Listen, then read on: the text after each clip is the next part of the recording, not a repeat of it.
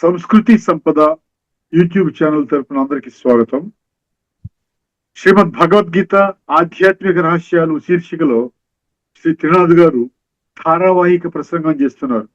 వారి ధారావాహిక ప్రసంగంలో ఈరోజు 566వ ప్రసంగం చేస్తున్నారు. శ్రీ త్రినాథ్ గారికి స్వాగతం. నమస్కారం అండి. ఓం శాంతి. శ్రీమద్ భగవద్గీత ఆధ్యాత్మిక రహస్యాలు ఈ యొక్క కార్యక్రమాన్ని వీక్షిస్తున్నటువంటి సోదరిమణులందరికీ కూడా హార్దిక స్వాగతం, సుస్వాగతం, నమస్సుమాంజలి. ముందుగా ధార్మికము ఆధ్యాత్మికము ఈ విషయంపై మనం మరొక అంశాన్ని చర్చించుకుందామండి.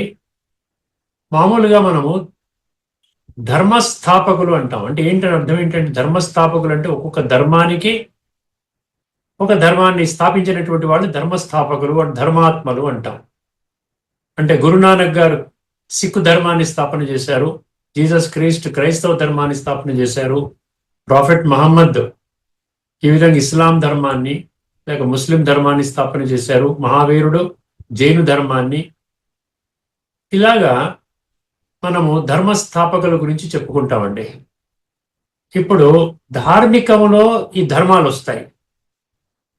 అర్థమైందండి. ఆధ్యాత్మికంగా మనం చూసినట్లయితే ప్రపంచం అంతా ఒకే ధర్మము, సనాతన ధర్మంలోకి భగవంతుడు తీసుకొని వెళ్తున్నాడు. అతి త్వరలోనే ఈ భూమండలంపై స్వర్గం అనబడేటువంటి సత్య త్రేతాయుగాలు స్థాపన కాబడుతున్నాయి. అర్థమైందండి. సో ఇక్కడ మనం ముఖ్యంగా గమనించవలసిన విషయం ఏంటంటే, ఇది ధార్మిక జగత్తులో మనకు అర్థం కాదు. ఇది కొంచెం ఆశ్చర్యాన్ని కలిగించే విషయమే, కానీ వాస్తవము. అర్థమైందండి. భగవంతుడు కేవలం ధర్మాన్ని స్థాపన చేయడు. భగవంతుడు స్థాపన చేసే ధర్మాన్ని అంటారు. అది మొట్టమొదటిగా వస్తుంది కాబట్టి ఆది ధర్మము, ఆది సనాతన అంటారు. అక్కడ ఉండేటువంటి వాళ్ళందరినీ కూడా దేవీ దేవతలు అంటారు. మనుషులే దేవీ దేవతలుగా అక్కడ పరివర్తన చెంది, సంస్కార పరివర్తన చెంది, దైవీ సంస్కారాలతో, దైవీ గుణాలతో, దైవీ శక్తులతో వాళ్ళు ఉంటారు కాబట్టి వాళ్ళని దేవీ దేవతలు అంటారు.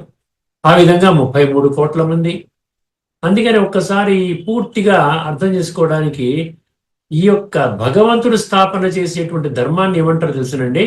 ఆది సనాతన దేవీ దేవత ధర్మము అంటారు. ఇది పూర్తి పేరు అనమాట.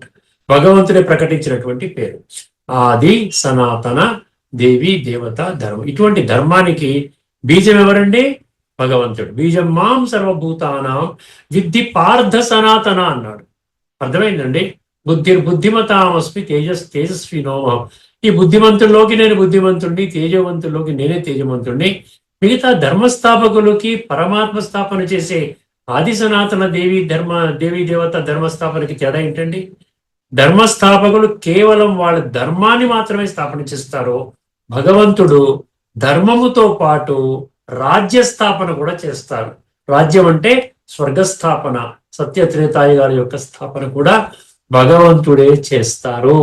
సో భగవంతుడు 2 కర్తవ్యాలు చేస్తే మిగతా ధర్మస్థాపకులు కేవలం ఒకే ఒక్క కర్తవ్యాన్ని చేస్తారు. అది ధర్మస్థాపన. అర్థమైందని ఈ యొక్క ముఖ్యమైన భేదాన్ని మీరు గుర్తుపెట్టుకోండి. మరొక అంశాన్ని మనం తదుపరి ఎపిసోడ్లో చర్చించుకుందాం. ఇప్పుడు మనం గత ఎపిసోడ్లో మనం కఠోపనిషత్తు తీసుకున్నాం, 1, 2, 13 తీసుకున్నాం. ఇప్పుడు ఈ ఎపిసోడ్లో మనము గీతా శ్లోకాన్ని, ఒక అద్భుతమైనటువంటి శ్లోకం అండి, ఎంతో ముఖ్యమైనటువంటి చాలా లోతైన రహస్యాలు, అన్ఎక్స్ప్లోర్డ్ మిస్టరీస్ అనొచ్చు అనమాట. భగవద్గీతలో ఇప్పటి వరకు ఎవరికి తెలియనివి, భగవద్గీతలో ఉన్నవి. అర్థమే ఏవైతే మనం చర్చించుకుంటున్నామో గత 565 ఎపిసోడ్స్ నుండి చర్చించుకుంటున్నాము. అర్థమైందండి. ప్రపంచానికి తెలియదండి, ఇవన్నీ కూడా ఉన్నాయి, గీతలో ఉన్నాయి. గీతలో ఉన్నాయి కాబట్టి గీతా శ్లోకాలు అని చెప్తున్నాం కదా. గీత సర్వశాస్త్రమై శిరోమణి కాబట్టి గీతలో ఉన్నటువంటి జ్ఞానమే మిగతా శాస్త్రాల్లో కూడా మనకు కనబడుతోంది.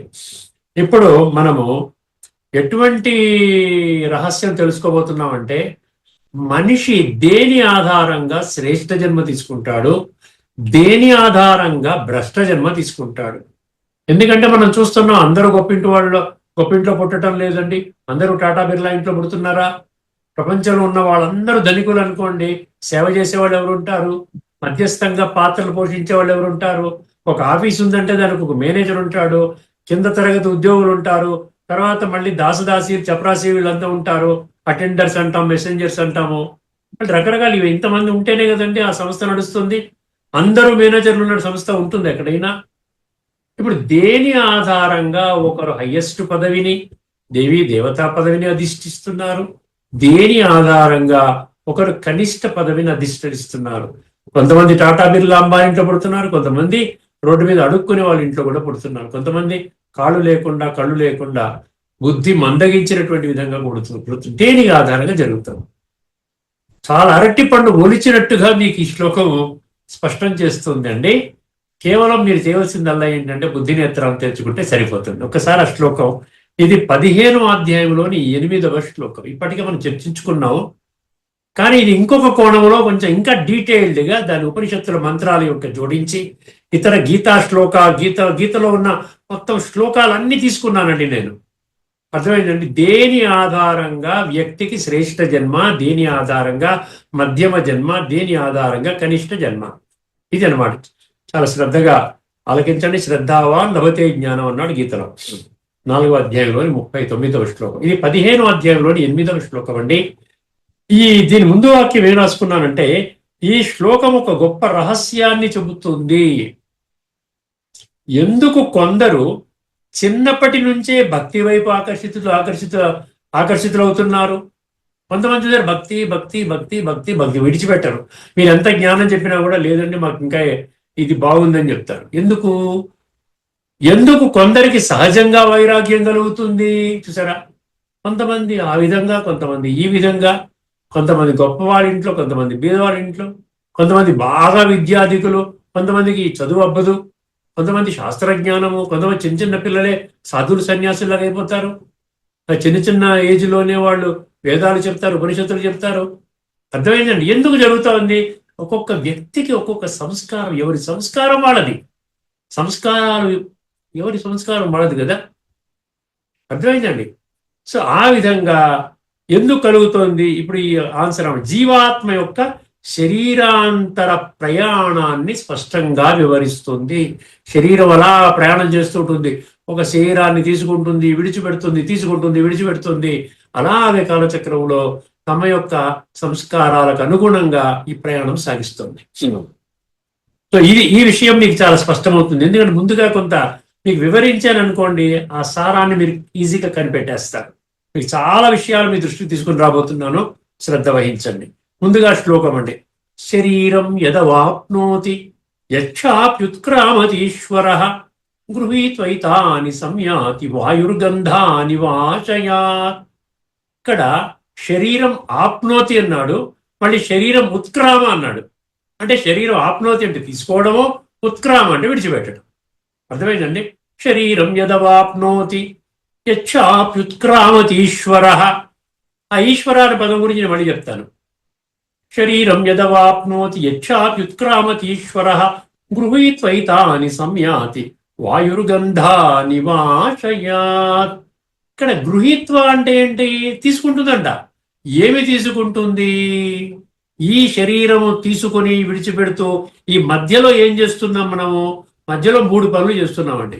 ఒకటి మనసు ద్వారా సంకల్పాలు చేస్తున్నాం, రెండవది నోటి ద్వారా మాట్లాడుతున్నాం, మూడవది కర్మల ద్వారా పనులు చేస్తున్నాం. అర్థమైంది? మనస వాచ కర్మణ, త్రికరణ అంటాం చూసారా?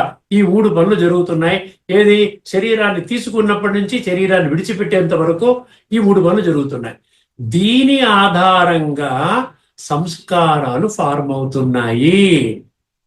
అర్థమైందండి? కంప్లీట్గా 100% దేహభ్రాంతిలోనే కూరుకుపోయి ఆ విధంగా అసలు ఆత్మజ్ఞానం పట్టింపు లేనటువంటి వాళ్ళకి ఏమవుతుంది? తామసిక సంస్కారాలు, ఇంకా చెప్పాలంటే తామసిక ప్రధాన సంస్కారాలు లోయెస్ట్ అన్నమాట. కొంతమంది ఆత్మజ్ఞానం పొంది నచికేతుడి యొక్క లక్షణాలు, అర్జునుడి యొక్క లక్షణాలు అర్థమైంది తెచ్చుకుని కాస్త సమయాన్ని కేటాయించుకొని జీవితాన్ని కాస్త సార్థకం చేసుకుందాం, ఇది భగవంతుడు చెప్పిన మాటల్ని కాస్త మనం దాన్ని పరిశీలిద్దాం, కాస్త విలువనిద్దాము అనుకున్న వాళ్ళు ఏం చేస్తున్నారు? వాళ్ళు మధ్యస్థంగా లేక రాజసికంగా కానీ లేకుండా ఉంటే సాత్వికంగా కానీ పరివర్తన చెందడానికి అనినిత్యము కృషి చేస్తూ ఉన్నారు. అభ్యాస యోగయుక్త అని అంటాడు చూసారా 8:8లో. అర్థమైందండి? అందుకని ఆ సంస్కారాలు ఇప్పుడు శరీరం మనకు కూడా ఈ శరీరం విడిచిపెట్టినప్పుడు శరీరం కూడా రాదు కదా. ఇప్పుడు శరీరం అయినా మనకు కూడా వస్తుందా? కొన్ని 100 సంవత్సరాలు మనం అంటి పెట్టుకుని కూర్చుని ఉన్నాం, మనకు కూడా వస్తుందా? మనకు కూడా రాదు. శరీరమే మనకు కూడా రానప్పుడు శారీరక బంధువులు వస్తారా? శారీరక సుఖ సాధనాలు వస్తాయా? బిల్డింగులు వస్తాయా? పదవులు, కీర్తి, ప్రతిష్టలు వస్తాయా? మిద్దెలు, మేడలు, కార్లు, వాహనాలు, ఇవన్నీ. కొంతమందికి జెట్ విమానాలు ఉన్నాయి, సొంత విమానాలు ఉన్నాయి, 30 అంతస్తుల భవనాల్లో ఉన్నారు ఒక్కొక్కరు. అవన్నీ మనకు కూడా వస్తాయా? మనకు కూడా ఏది వస్తుంది, మనకు కూడా ఏది రాదు. మనకు కూడా మనము మనసులో చేసినటువంటి సంకల్పాలు, నోటి ద్వారా మాట్లాడినటువంటి మాటలు, అర్థమైంది. తర్వాత ఈ యొక్క శరీరం ద్వారా చేసేటువంటి కర్మలు, చేతుల ద్వారా చేసేటువంటి కర్మలు. ఈ క్వాలిటీ ఎలా ఉంది? ఉత్తమంగా ఉందా, మధ్యమంగా ఉందా, అధమంగా ఉందా? దీని ఆధారంగా సంస్కారాలు అలాగా ఆత్మలో నిక్షిప్తం కాబడతాయి. ఇప్పుడు ఈ సంస్కారాలు మూటగట్టుకున్నాయి. శరీరం విడిచిపెట్టే వెంటనే, శరీరం అట్లా విడిచిపెట్టిన వెంటనే ఈ సంస్కారాలు వెళ్ళి దీనికి అనుగుణంగా ఉన్నటువంటి వేరొక శరీరంలో వెళ్ళిపోతుంది, ఒక తల్లి గర్భంలో వెళ్ళిపోతుంది. అర్థమైందండి?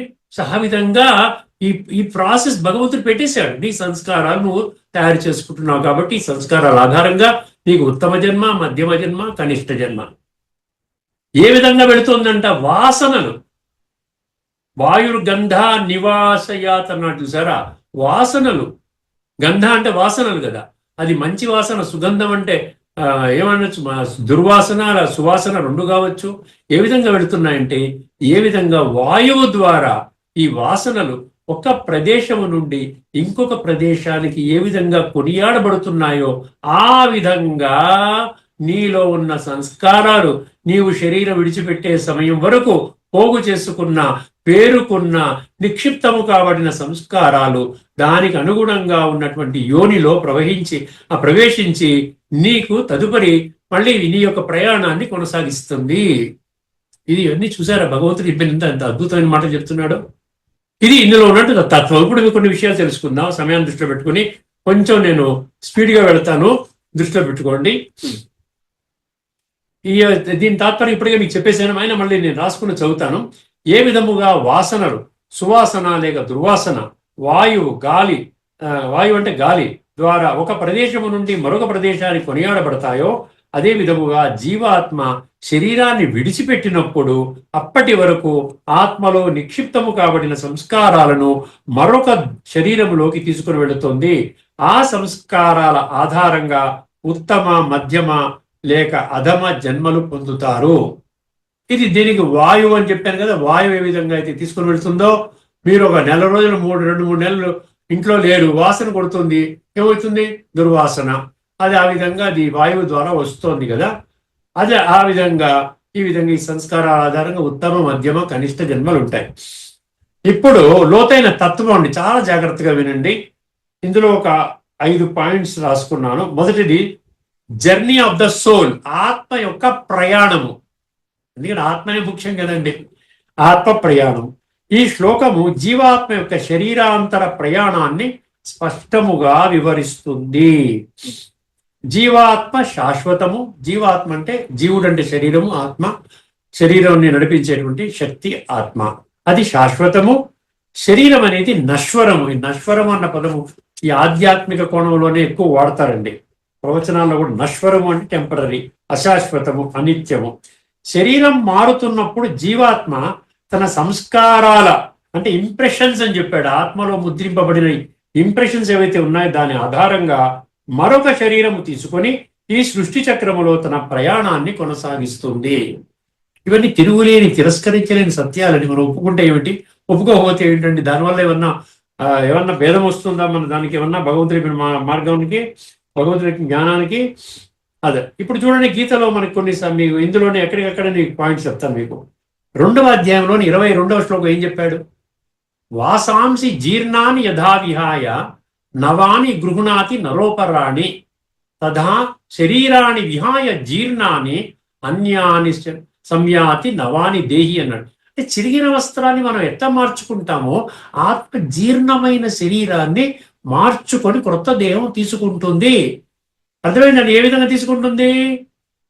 సంస్కారాల ఆధారంగా. మీరు ప్రతిదానికి 15వ అధ్యాయంలో 8 శ్లోకంతో కనెక్ట్ అయిపోండి. ఇదేం చెప్తోంది ఈ శ్లోకము 2:22 తప్పదు నాయన, ఈ ప్రయాణం తప్పదు. ఎందుకంటే ఎవరికి డౌట్ రాకూడదండి. భగవంతుడు పక్షపాతి అండి. కొంతమందిని బిర్లా ఇంట్లో పుట్టిస్తున్నాడు, కొంతమందిని అడుక్కున్న ఇంట్లో పుట్టిస్తున్నాడు. ఆయనకేమనండి, అందరూ ఆయన సంతానమే కదా ఆత్మపరంగా. సమూహం సర్వభూతేషు నమే ద్వేష్యోస్తి నా ప్రియ అన్నాడు కదా. రెండవ పాయింట్ అండి, ఈశ్వర అన్న పదం వచ్చింది ఇక్కడ. ఇప్పుడు నేను చాలా చక్కగా చెప్తాను. ఈశ్వర అంటే మీనింగ్ ఏంటంటే అధిపతి అని అర్థం అనమాట. అర్థమైందండి? యజమాని అని అర్థం, శాసకుడు అని అర్థం. ఇక్కడ ఈశ్వరుడు ఎందుకు వచ్చాడు? ఇక్కడ ఈశ్వరుడిని మనం పరమాత్మ, భగవంతుడు, నిరాకారుడు, జ్యోతి స్వరూపుడు అనుకుంటాం. ఇక్కడ ఈశ్వర అంటే ఏంటంటే ఏమండి, ఈ జీవాత్మ అన్నమాట. శరీరాన్ని కంట్రోల్ చేస్తుంది కదా. శరీరం తీసుకుంటుంది, మార్చుకుంటుంది, మళ్ళీ విడిచిపెడుతుంది, తీసుకుంటుంది, విడిచిపెడుతుంది, తీసుకుంటుంది, విడిచిపెడుతుంది. అందుకని ఇక్కడ ఈశ్వర అనే పదము పరమాత్మ గురించి కాదు, శరీర అధిపతి అయిన జీవాత్మ. ఎందువలనంటే శరీరాన్ని పొందడము మరియు విడిచిపెట్టడము జీవాత్మకే వర్తిస్తోంది, పరమాత్మకు వర్తించదు కదా. పరమాత్మకు వర్తిస్తుందా? శరీరం తీసుకుంటాడు, విడిచిపెడతాడా? కాదు కదా. అందుకని ఇక్కడ ఈశ్వర అంటే జీవాత్మకి వర్తిస్తుంది. పరమాత్మకు జనన మరణాలు లేవు. అందుకని ఇక్కడ ఈశ్వర అనే పదము జీవాత్మకి వర్తిస్తుంది. మూడవది, సంస్కారాలు ఎలాగ తీసుకొని వెళుతుంది? శరీరము, మనస్సు, బుద్ధి, అహంకారము వీటి ద్వారా ఆత్మలో పేరుకుపోయిన, అర్థమైందండి, కేవలం ఏమన్నాడు కదా, ఏమన్నాడు, శరీరము మనస్సు కాయేన మనసా బుద్ధ్యా కేవలైరింద్రియైరిపి అంటాడు. అర్థమైందండి అక్కడ. అదేవిధంగా ఇక్కడ ఏం చెప్తున్నాడు అంటే శరీరము, కాయం అంటే శరీరము, మనస, బుద్ధి, ఇంద్రియాలు, ఇవన్నీ కూడా మనము కర్మలు చేస్తాం. మంచి కర్మలు కానీ, మధ్యస్థంగా కర్మలు కానీ, భ్రష్ట కర్మలు కానీ చేస్తాం. దీని ఆధారంగా సంస్కారాలు ఏర్పడతాయి. వీటి ద్వారా ఆత్మలో పేరుకుపోయిన సంస్కారాలు, పాస్ట్ ఇంప్రెషన్స్ జీవాత్మ తనతో పాటు తీసుకుని వెళుతుంది. అర్థమైందండి? ఇవన్నీ సత్యము. మనం రిజెక్ట్ చేసామనుకోండి, మన జీవితమే పాడవుతుంది. దీనికి కనపడేటువంటి కనెక్ట్ అయ్యే శ్లోకం ఏంటంటే 6:45, 6వ అధ్యాయం 45. ప్రయత్నాద్యతమానస్తు యోగి సంశుద్ధ కిల్బిష అనేక జన్మ సంసిద్ధ తతోయాతి పరాం గతిం అంటాడు. పూర్వజన్మ సంస్కారాల కారణముగా ఆత్మ పునః ఆధ్యాత్మిక మార్గంలోకి వస్తుంది, పూర్వజన్మ సంస్కారాలకు అనుగుణంగా. నాలుగవది, వాయువు, గంధము ఉదాహరణ.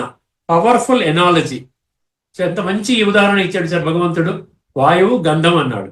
వాయుర్గంధ నివాసయాత్ అన్నాడు కదా ఈ శ్లోకంలో. ఇది ఈ శ్లోకంలో అత్యంత ముఖ్యమైన భాగము.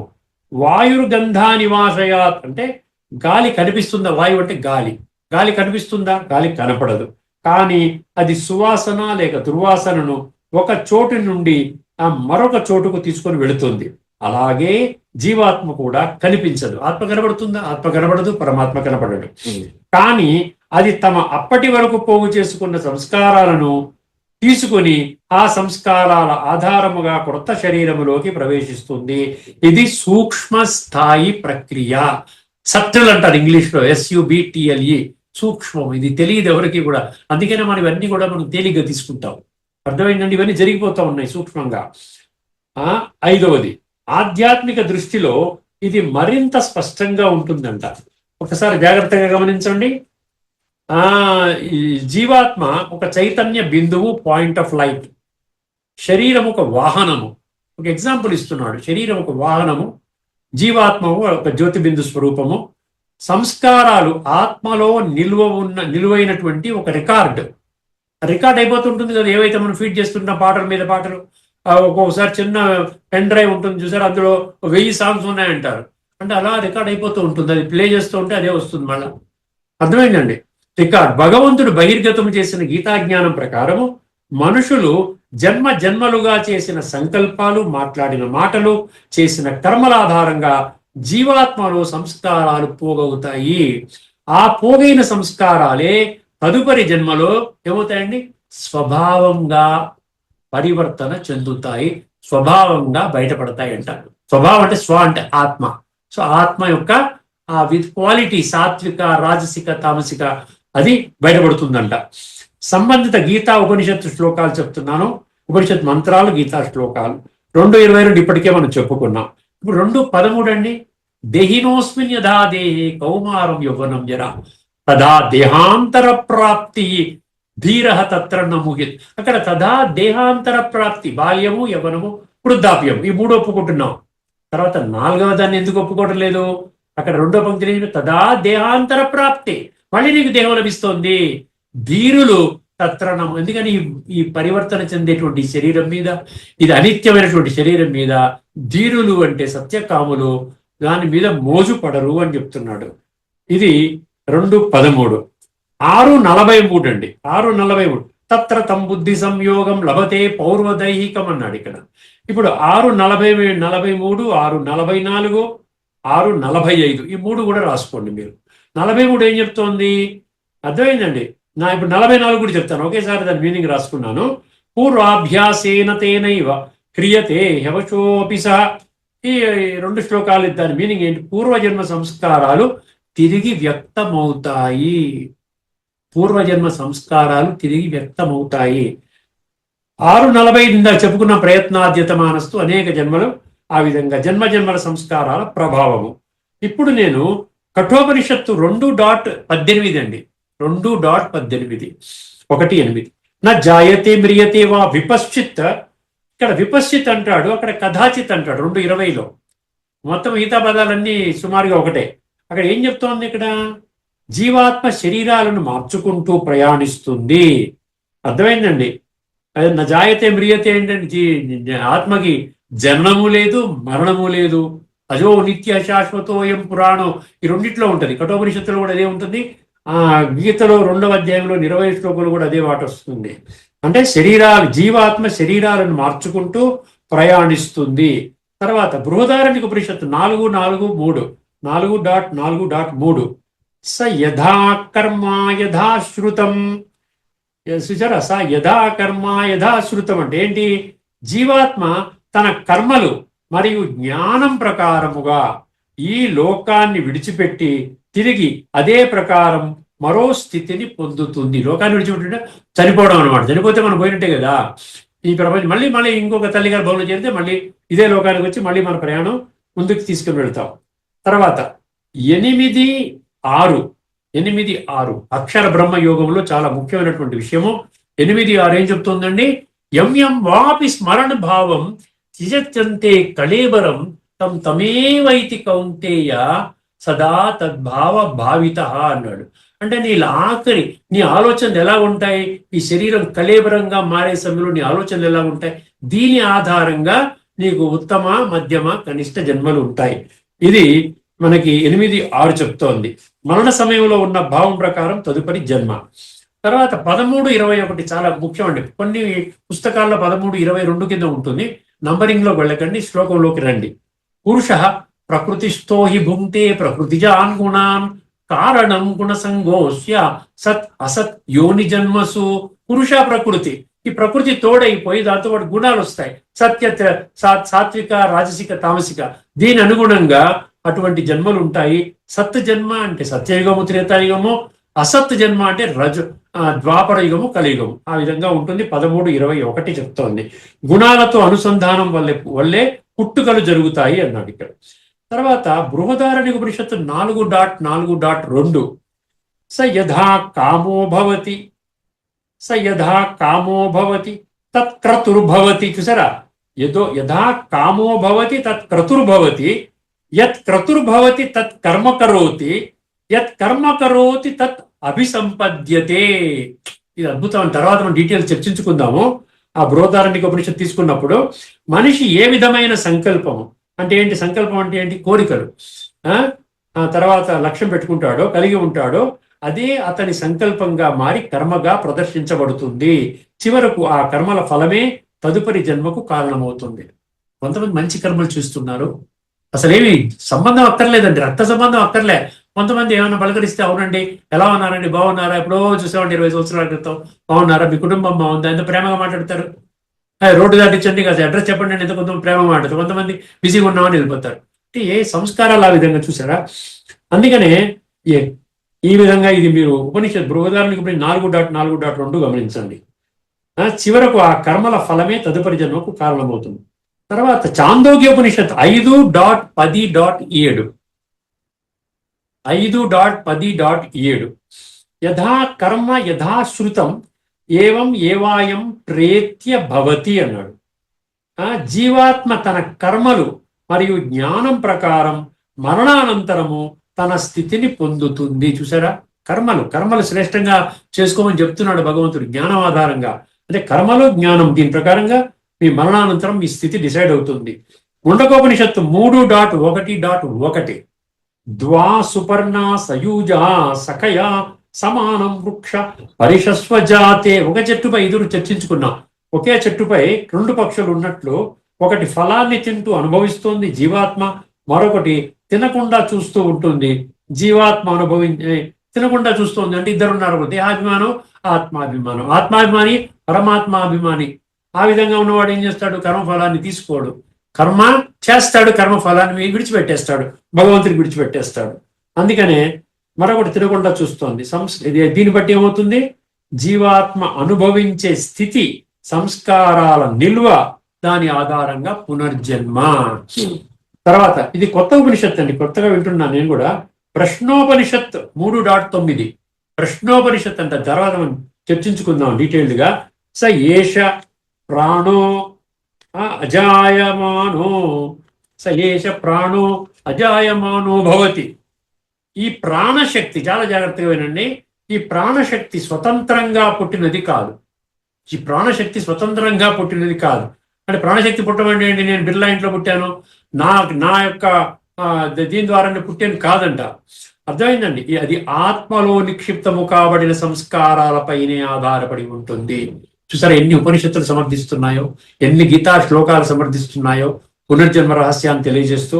ఆధ్యాత్మిక కోణం అండి ఈ శ్లోకం ఏం చెప్తోందంటే సంస్కారాల మార్పిడి మరియు పునర్జన్మ సిద్ధాంతంగా వివరిస్తుంది. ఈ సంస్కారాల గురించి భగవంతుడు ఎందుకు చెప్తున్నాడండి? నేను ఆయన పేపర్ లీక్ చేస్తున్నాను, పెద్ద పరీక్ష రాబోతోంది, అది ఈ చివర యుగ పరివర్తన జరగబోతోంది, ఆ సమయంలో నీ సంస్కారాలని నీకు సాయం చేస్తాయి, మీకు ఇంకేవి సాయం చేయవు, మీరు ఇది విడిచిపెట్టి ఇంకా మీరు ఏది చేసుకున్నా కూడా కేవలం ఒక్క జన్మకే మీరు పరిమితం చేసుకుంటూ అవుతుంది అని భగవంతుడు స్పష్టంగా మనకి చెప్తున్నారనమాట. ఏమన్నాడండి? ఈ శ్లోకం సంస్కారాల మార్పిడి మరియు పునర్జన్మ సిద్ధాంతంగా వివరిస్తోంది. గాలి మరియు సువాసన. గాలి మనకు కనబడదు, వాయువు కనబడుతుందా? కనబడదు. కానీ అది పువ్వుపై నుండి వీచినప్పుడు, పువ్వుపై నుంచి పుష్పాలపై నుండి ఆ గాలి వీచిందనుకోండి, వీచినప్పుడు సువాసనను మోసుకెళ్తుంది. అలాగే ఆత్మ బిందు స్వరూపము కంటికి కనబడదు, కానీ ఒక శరీరం వదిలేటప్పుడు తనతో పాటు మనస్సు, బుద్ధి, సంస్కారాలను సైకిక్ ఇంప్రెషన్స్ అన్నాడు, మోసుకెళ్తోంది. ఆత్మ ఈశ్వరుడు. ఇక్కడ ఆత్మను ఈశ్వరుడు అన్నాడు, అంటే అధిపతి అన్నమాట. ఈ ఆత్మ శరీరానికి అంటే శరీరము, ఇంద్రియాలు, మనసు, బుద్ధి అన్నిటి మీద అధిపతి కాబట్టి ఈశ్వరుడు అనమాట. అంటే తన దేహానికి తానే యజమాని. కానీ మాయలో పడి ఆత్మ దేహానికి దాసోహం అయింది. చూసారా, ఆత్మ దేహానికి దాసోహం అయింది. రాజయోగము ద్వారా తిరిగి ఆ యజమాని సెల్ఫ్ సావరినిటీ స్థితిని పొందాలి. కర్మల మూట, మనము చేసే కర్మల మూట అంట. అర్థమైందా? మనము చేసే ప్రతి ఆలోచన, మాట్లాడిన ప్రతి మాట, చేసిన ప్రతి కర్మ ఒక వాసన, అంటే సెంట్ అంట. వాసన అంటే సెంట్ వంటిది. శరీరము నశించిన ఆ కర్మల ఫలము ఆత్మతోనే ఉంటుంది. అందుకే ఈ జన్మలో మనము మంచి సంస్కారాలను నింపుకోవాలి. ఆఖరి మహావాక్యాలండి. సారాంశము: మనిషి మరణించినప్పుడు కేవలము ఈ పాంచభౌతిక శరీరం మాత్రమే ఇక్కడ మిగిలిపోతుంది. కానీ ఆత్మ తనతో పాటు తన జ్ఞానాన్ని, కర్మలను, మనోభావాలను అంటే సువాసనలాగా తీసుకొని వెళ్ళి క్రొత్త జన్మను పొందుతుంది. చివరి ఆత్మజ్ఞాన బోధ ఏమిటండి? నేను శరీరము కాదు, సంస్కారాలను మోసుకెళ్లే ఆత్మను. ఎంత బాగా చెప్పాడు. నేను శరీరము కాదు, సంస్కారాలను మోసుకెళ్లే ఆత్మను. అందుకే మనము చేసే ప్రతి ఆలోచన, మాట్లాడే ప్రతి మాట, చేసే ప్రతి కర్మ భవిష్యత్తు జన్మకు విత్తనము, సీడ్ అన్నమాట. నా ఫ్యూచర్ నేనే డిసైడ్ చేసుకుంటాను. విత్తనం. ప్రతి సంస్కారము తదుపరి జీవితం యొక్క పునాది. ప్రతి సంస్కారము తదుపరి జీవితం యొక్క పునాది. ఇప్పుడు మీకు గీతలో భాష్యకారులు రాసుకున్నటువంటి ఒక్కటి 10 క్షణాలు తీసుకొని ముగించేస్తానని 15వ అధ్యాయంలోని 8వ శ్లోకం. 15:8. దీన్ని ఒక్కసారి అర్థం చేసుకోండి. భాష్యకారులు ఎంతవరకు అర్థం చేసుకున్నారో మీకు క్లారిటీ వస్తుంది. వాయువు వాసనలను ఒక చోటి నుండి మరొక చోటికి తీసుకొని పోయినట్లుగా దేహాదులకు స్వామి అయిన, అక్కడ ఈశ్వరుడు చూసారా స్వామి అన్నాడు, అంటే దేహాదులకు స్వామి. అక్కడ పరమాత్మ గురించి అనే భావన కలిగితే కలవచ్చు, కానీ ఇక్కడ మనం చర్చించుకున్నట్టుగా ఏంటంటే జీవాత్మనే ఈశ్వరుడు, అధిపతి అన్నమాట.